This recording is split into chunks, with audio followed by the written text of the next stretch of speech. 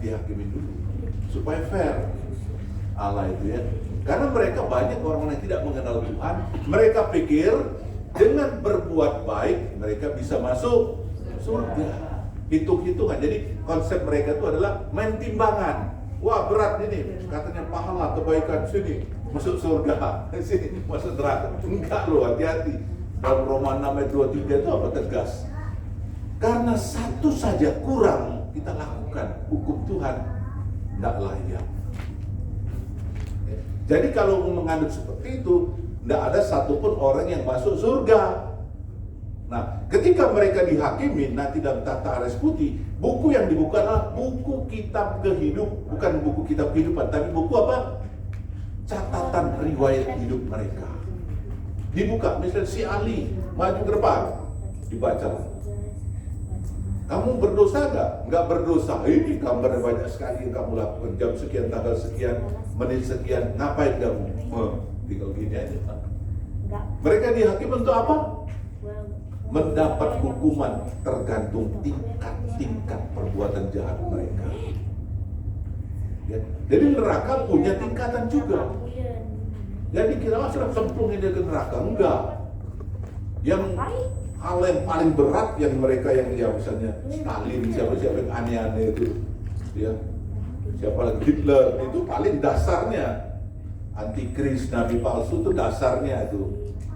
Tapi orang-orang yang mungkin karena menolak atau tapi dia masih banyak berbuat itu, tapi dia akan jauh tetap neraka, tapi ya mungkin di atasnya ya sama-sama nggak enak juga. Nah itulah. Sekarang kita akan berbicara tentang pengangkatan. Ya. Karena kalau kita lihat di YouTube itu banyak hal-hal yang aneh yang tidak sesuai dengan firman Tuhan. Makanya saya akan luruskan sesuai dengan firman, bukan doktrin. Maaf kata, saya tidak berbicara doktrin di sini. Ya. Berbicara firman Tuhan. Karena kalau menurut penafsir ini begini, penafsir itu begitu. Tapi ya menurut mereka, bukan menurut firman Tuhan. Nah kita akan belajar. Jelasnya dalam Wahyu pasal 12. Ya. Kitab Wahyu pasal yang ke-12.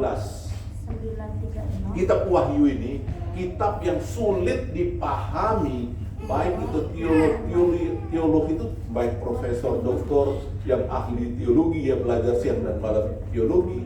Mereka itu menafsirkan dengan penafsiran yang lebih condong kepada rasio akal pikiran mereka. Ya. Memang ada 3 hal kalau belajar dalam ilmu teologi dalam penafsiran yang baik homiletik maupun itu ya, kita belajar yang pertama itu ada penafsiran secara yang eksegesis dan eksposisi.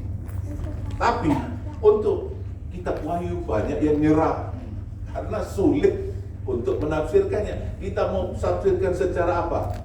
Simbol-simbol. Susah. Nanti berkepala ini, singa berkepala 7, bertanduk 10, gimana gambarnya? Ayo.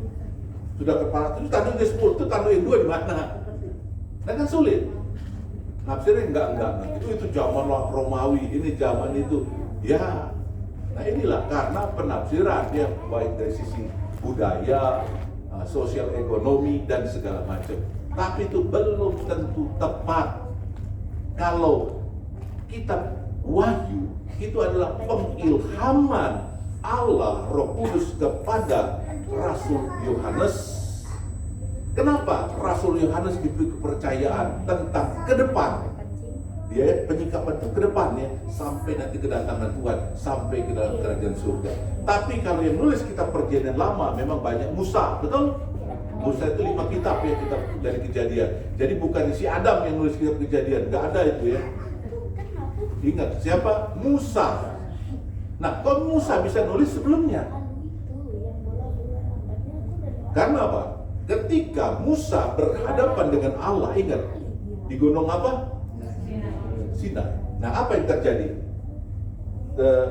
Dia di batu dulu. Tuhan bilang, Musa, kau nggak bisa lihat aku. Ketika orang siapapun lihat aku pasti mati. Jadi biar aku lewatkan aja. Kau lihat aku di belakang, kamu sembunyi dulu. Aku tutup nanti tanganku supaya kamu lihat aku.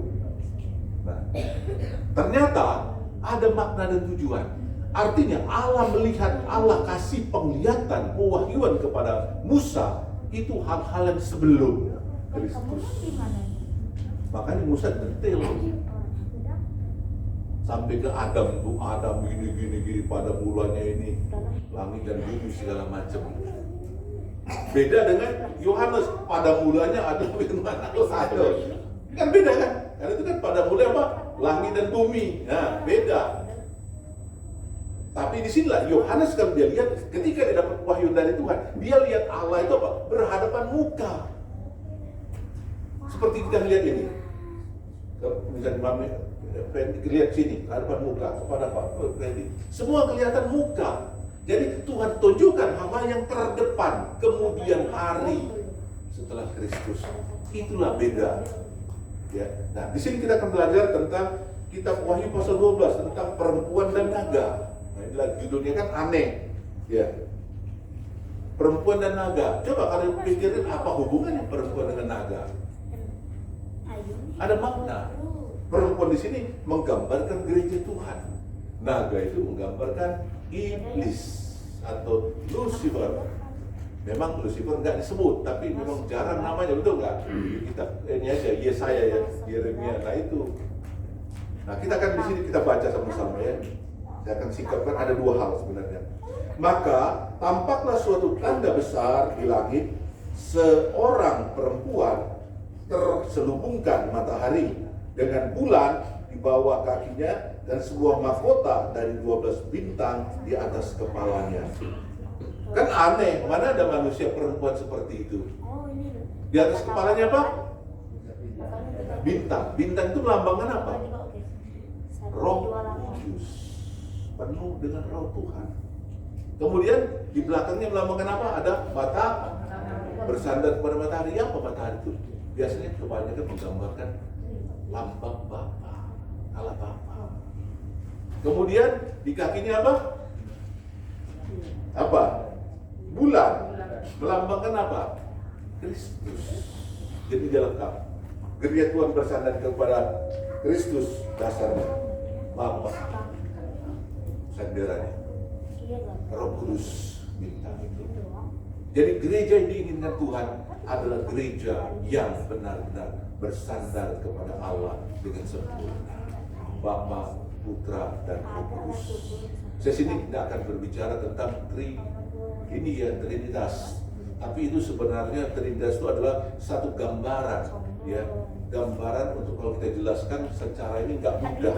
Ya. Tapi kita bisa lihat itu peran Allah sesungguhnya. Peran sebagai Bapa, sebagai Anak, sebagai Roh Kudus. Itulah supaya kita paham. Nah di sini yang kedua, ayat yang kedua, ia sedang mengandung dan dalam keluhan dan penderitaannya hendak melahirkan, ia berteriak kesakitan. Maka tampaklah suatu tanda yang lain di langit, dan lihatlah seekor naga merah padam yang besar berkepala 7 dan bertanduk 10, dan di atas kepalanya ada 7 mahkota. Nah, mana ada ular bertanduk 7 lagi berkepala baru 7 ya, tanduk 10. Kepala 7 itu melambangkan dia punya power itu ya, hikmat kekuasaan juga yang tidak ini loh, yang semua main-main itu sempurna. Kalau 10 itu biasa melambangkan keseluruhan, artinya dia pegang bumi ini dengan kekuatan kuasa dia. Karena apa? Ini terjadi karena akibat Adam dulu yang sudah menjual sebenarnya manusia ini diberi hak kekuasaan menguasai apa? Langit, bumi dengan segala isinya. Kalau kita lihat kali ke Adam itu jatuh. Nah disitulah ada satu perbedaan. Nah, ketika mereka jatuh ke dalam dosa, iblis sudah rampas itu semua. Makanya Yesus harus mati di atas salib untuk apa? Menebus kembali. Ya, apa yang sudah direbus, apa yang sudah direbut oleh Lucifer atau Satan iblis tadi diambil alih lagi oleh Tuhan Yesus Kristus. Ya, nah di sini gereja Tuhan, ya. Iblis selalu mengintai. Ya, gereja tidak segampang itu. Kita hidup di akhir zaman. Iblis tidak suka karena dia apa? Sudah tahu waktunya. Waktu sudah tidak lama lagi. Jangan kita bersantai-santai. Kalau zaman kita dulu oke-oke saja ya, 20-50 tahun yang lalu masih rasanya lama. Tapi sekarang kita sudah lihat banyak perkembangan dunia semakin dan aneh-aneh. Ya, kita baca 2 Timotius 3 ayat 1 sampai 10 tentang keadaan manusia akhir zaman. Dan kemudian yang keempat, dan ekornya menyeret sepertiga dari bintang-bintang di langit dan melemparkan ke atas bumi, dan naga itu berdiri di hadapan perempuan yang hendak melahirkan itu untuk menelan anaknya segera sesudah perempuan itu melahirkannya. Nah, jadi apa? Naga mengincar itu loh gereja-gereja yang sempurna tadi. Karena apa? Ketika nanti masa pengangkatan, yaitu 3,5 tahun awal itu apa yang terjadi? Itu adalah pertobatan massa, bahkan pertobatan juga Israel. Memang sekarang mereka masih keras tengkung, belum mau bertobat, tapi ada nanti dikasih Tuhan waktu 3,5 tahun. Nah, ini bagi gereja Tuhan adalah masa untuk sempurna. Ya. Tuhan datang harus menjemput mempelainya Kristus yang sempurna dong, nggak mungkin yang setengah-setengah. Kalau kita sudah misalnya berumah tangga, kita cari istri kan yang tentu menurut kita sudah perfect, betul? Nah, Tuhan juga menginginkan ya mempelainya gereja Tuhan sudah sempurna. Nah, apa yang terjadi? Iblis tadi tentu nggak suka. Dia tahu ini gereja yang sempurna. Gereja tadi kan dibilang apa? Mengandung perempuan itu. Apa yang dikandung? Umat-umat pilihan yang gak sembarang anak itu adalah yang dikandung itu apa? Dia adalah anak-anak yang benar-benar jemaat yang betul-betul mereka masuk atau mereka yang sudah berada di dalam, kalau dalam tabernakel itu apa? Di kitab, di ruang maha suci, maha kudus. Nah, kita baca selanjutnya, ini ada kelanjutannya. Ayat yang kelima, maka ia melahirkan seorang anak laki-laki yang akan mengembalakan semua bangsa dan gada besi. Tiba-tiba anak itu dirampas dan dibawa lari kepada Allah dan ke tahtanya. Nah, inilah sebenarnya peristiwa rapture nanti terjadi. Anak-anak yang sudah mencapai tingkat sempurna itu akan diangkat oleh Allah dalam peristiwa pengangkatan atau rapture tersebut. Ya, itu memang banyak penafsir bilang itu Yesus. Pas, tolong ingat, ini konteksnya sebenarnya Tuhan sudah mempersiapkan di akhir zaman sekelompok orang-orang percaya yang memiliki kualitas iman yang sempurna, baik rohnya, jiwanya, bahkan akhirnya tubuhnya. Mereka akan terangkat hidup seperti Elia, seperti Henokh. Ini sudah ada 2 contoh. Nah, ngangkatnya seperti apa? Seperti kita lihat Kristus ketika dia sudah naik ke surga, kan tubuhnya tidak tertinggal, tubuhnya ikut, tubuhnya sudah mencapai tingkat sempurna, dia menyatu. Kalau kita orang mati yang beriman, kita mati saat ini, surga tempat kita. Orang yang nggak kenal Tuhan di alam maut. Nah, ketika Tuhan datang di awan-awan, bukan menginjakkan kaki, belum itu ya, di awan-awan. Nah, ini nanti gereja yang sempurna tadi, orang-orang pilihan tertentu ini ya, jumlahnya memang nggak banyak, mereka terangkat, tubuhnya dibangkitkan atau tubuh yang masih hidup, mereka sempurna terangkat di awan-awan. Nah, inilah namanya kursi pengadilan Kristus. Mereka untuk apa? Menerima hadiah. Ya.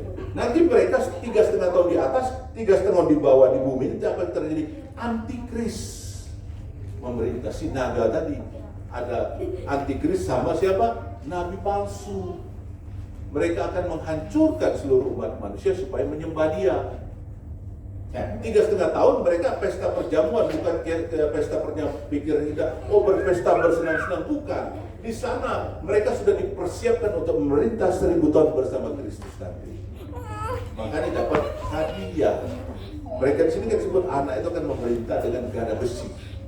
Karena orang-orang yang terangkat tadi yang di awan-awan adalah orang-orang yang sempurna, roh dan jiwa, bahkan tubuh mereka. Jadi mereka nggak akan mati lagi. Nah, yang diperintah orang-orang nanti masih dalam keadaan seperti kita saat ini, masih ada tubuhnya, ya, belum sempurna. Nah, bagaimana dengan yang lain-lain? Kita yang masih ada di ruang suci atau ruang kudus. Nah, kalau kita baca seterusnya ya, ke ayat yang ke-6, perempuan itu lari ke padang gurun, di mana telah disediakan suatu tempat baginya oleh Allah supaya ia dipelihara di situ 1260 hari lamanya. Artinya ya, mereka ya dipelihara oleh Tuhan. Nah, orang-orang yang masuk dalam kategori tempat kudus, mereka itu akan apa? Disingkirkan. Ya, perempuan itu ya, gereja itu apa? Dia akan punya sayap oleh apa? Dari Roh Kudus.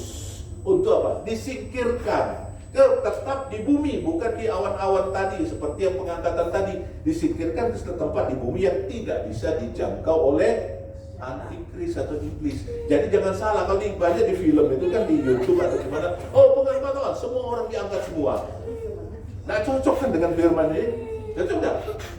Nah, makanya hati-hati ya, jangan sampai kita terkecoh oleh nanti peristiwa pengangkatan. Dengan pengangkatan itu maka diangkatlah semuanya orang-orang percaya. Tidak seperti itu. Hanya orang-orang pilihan, orang-orang yang masuk dalam kategori ruang maha suci, maha kudus, baru mereka terangkat hidup-hidup dalam pesta perjamuan tadi, di awan-awan, di angkasa. Ya. Sedangkan mereka yang taraf imannya kepada ruang suci atau ruang kudus, mereka akan disingkirkan. Mereka akan diangkat, tapi bukan diangkat seperti yang beda dengan orang tadi ya. Mereka disingkirkan. Mereka bukan lari. Karena saya tidak bisa lari dalam zaman antikris. Tapi oleh kekuatan Tuhan dipindahkan. Mereka kemana? Ke satu tempat yang tidak bisa dijangkau oleh iblis. Seperti perempuan itu tadi. Naga itu walaupun dia menyembur apa kemana, tiba-tiba tanah bumi terbuka menelan airnya. Nah, di situ ada perbedaan. Nah, bagaimana dengan orang-orang percaya yang tidak atau masih hidup di dalam pelataran bait Allah? Siap-siap untuk apa? Nah, masuk dalam antikris. Jadi ada 3 golongan manusia. Sekarang kita bercermin. Di mana letak kita? Di mana posisi kita? Supaya kita tidak perlu takut, waspada, warning bagi kita. Supaya kita jangan masuk kategori, apalagi yang ketiga. Ya, kalau ketiga parah loh. Kalau kita masuk masih di pelataran, orang-orang yang beriman dalam pelataran bait Allah, siap-siap masuk zaman antikris.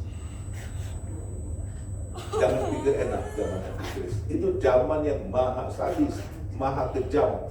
Di sanalah terdapat kesempurnaan dosa saat itu. Karena apa?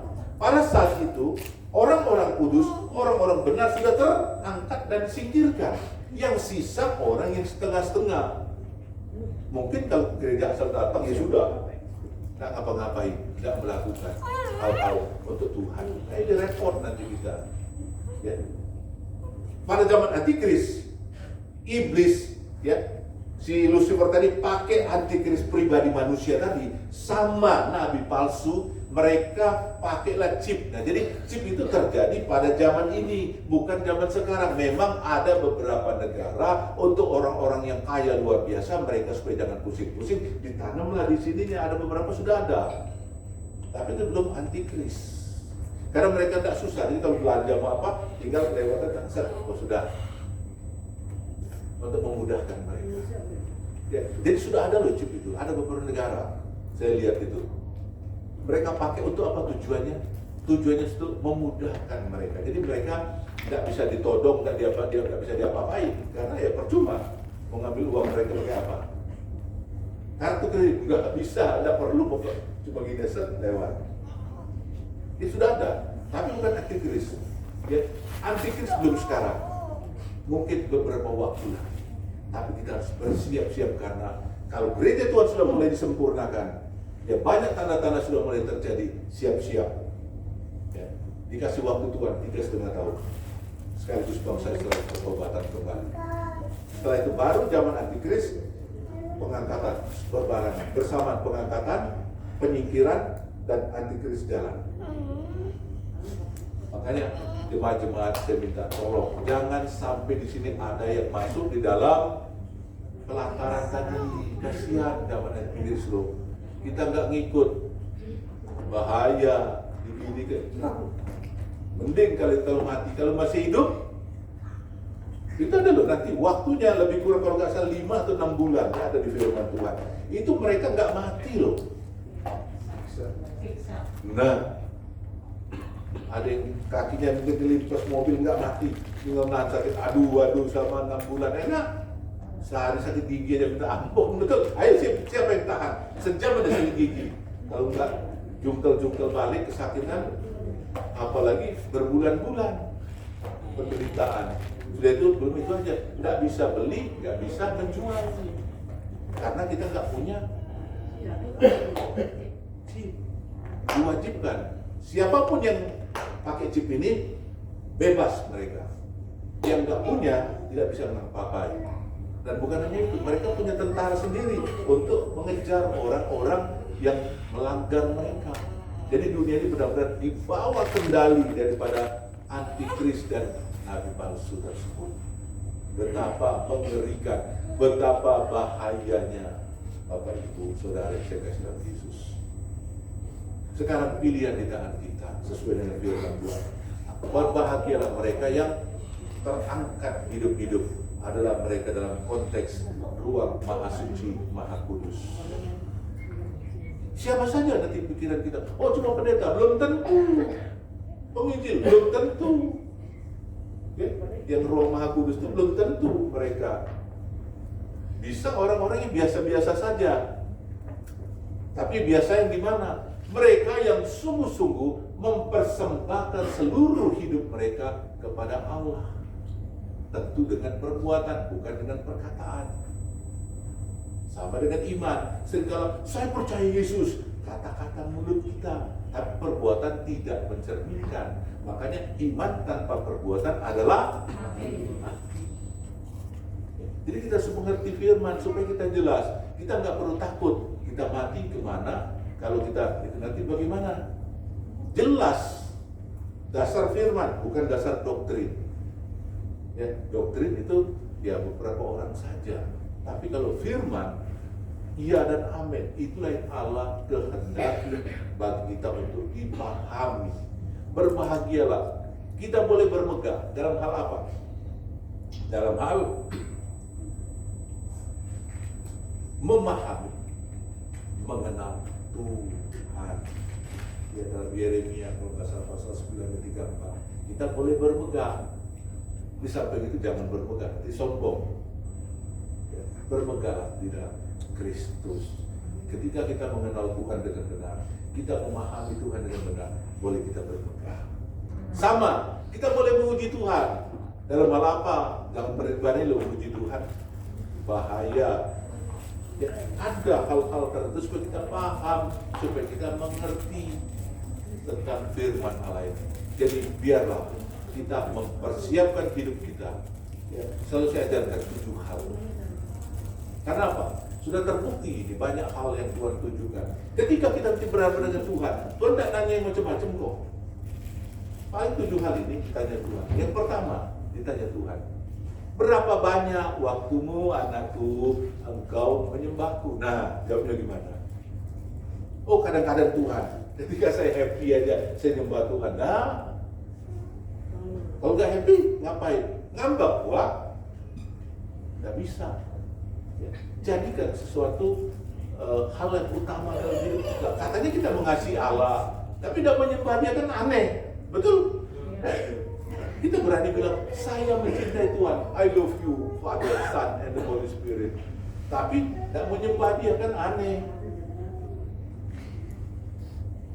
Yang kedua, ditanya Tuhan nanti, berapa banyak waktumu untuk berdoa? Kadang-kadang aja Tuhan, kalau saya lagi senang, ya payah juga. Padahal berdoa itu kan adalah waktu kita komunikasi dengan Tuhan Tuhan mendengar kita berbicara. Rugi kita tidak pernah ngomong sama Bapak kita. Tuhan dengar kok ketika kita berdoa, Tuhan dengar, Tuhan mendengar. Oke anakku, bicara. Kemukakanlah segala sesuatu apa yang ada padamu, supaya engkau benar. Kalau nggak dalam Yesaya itu ya. Jadi kita ditantang Tuhan loh. Tuhan mendengar apa isi hatimu, keluhanmu apa. Nah kemudian, berapa banyak waktumu untuk baca firman? Giliran kita mendengar suara Tuhan melalui firman Tuhan. Kita yang diam. Kita dekat firman Tuhan kan kita diam. Diam maksud Tuhan begitu. Tuhan yang berbicara. 3 hal utamanya jalankan dalam hidup kita. Mumpung masih hidup di dunia ini, supaya kita ketika kita siap berhadapan dengan Tuhan, kita nggak malu. Kita dapatkan bukan telanjang, tapi sempurna pakaian kita, penuh kemuliaan Tuhan. Yang keempat, Tuhan tanya, berapa banyak engkau bersaksi? Nah, kadang-kadang Tuhan, kalau saya senang saja mau bersaksi, saya tidak mau. Dia bersaksi dulu, kita bijaksana. Jangan bersaksi seenaknya. Pernah saya punya teman, sudah dibilang di Bandung itu, jangan kamu ke tempat the red light district, ya, Saritem. Orang ini anak muda, orang bapak, happy, tenang saja, saya nggak ngapa-ngapain. Malah masuk ke situ kan kacau. Ya jangan dong, kalau Tuhan tidak suruh, jangan. Kita pakai hikmat, terus datengin orang di konten-konten biara sama biksunya. Kamu masuk neraka gini, gawat gitu loh. Itu tidak pernah Tuhan ngajar begitu, salah cara penginjilannya.